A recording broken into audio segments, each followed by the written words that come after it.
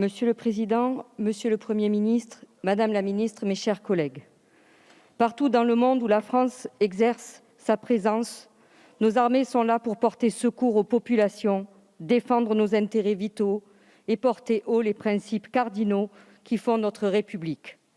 De l'océan Indien au plateau du Larzac, des froideurs de l'Atlantique aux chaleurs étouffantes de l'Amazonie, des terres australes à Paris, partout dans le monde, nos soldats font flotter fièrement nos 3 couleurs. Ils font vivre à travers leur engagement les valeurs et les espoirs de tous les Français. Nos armées sont aujourd'hui confrontées à un contexte de durcissement des concurrences internationales et la perspective de conflits de haute intensité se fait plus vigoureuse chaque jour.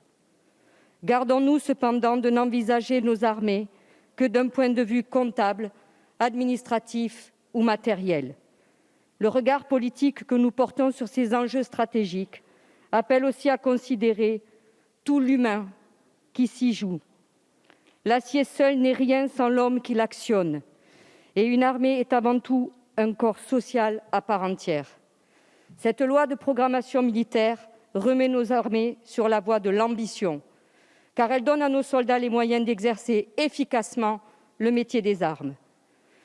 Mais elle nous rend aussi, et surtout, l'ambition de voir ces femmes et ces hommes s'épanouir dans l'accomplissement de leurs devoirs.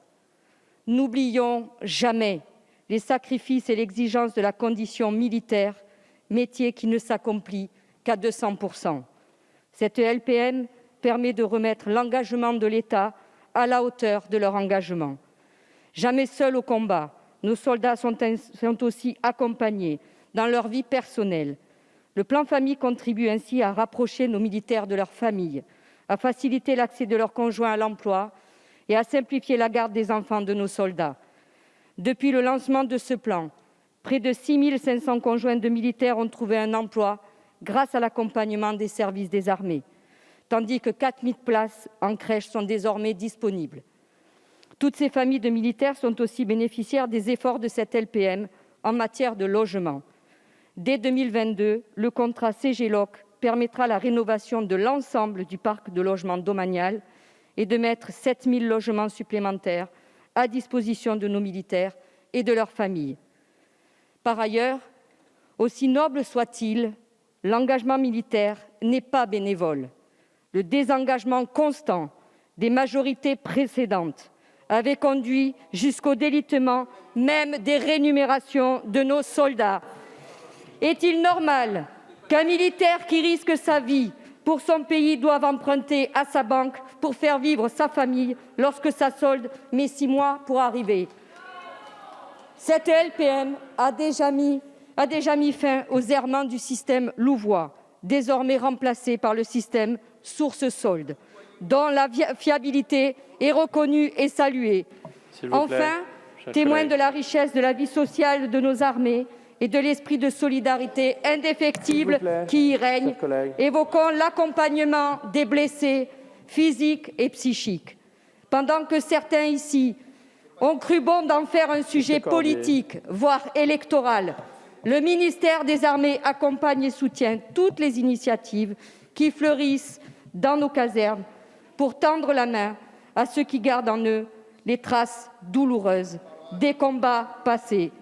Nous célébrions notamment ce week-end la Journée nationale des blessés de terre, qui a vu cette année encore une mobilisation massive de nos soldats pour leurs camarades, à laquelle s'est largement associé le monde civil.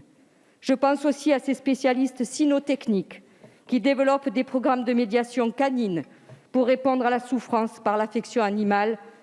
Johan et Christopher en sont témoins. Cette LPM est aussi un projet de cœur et non seulement de combat.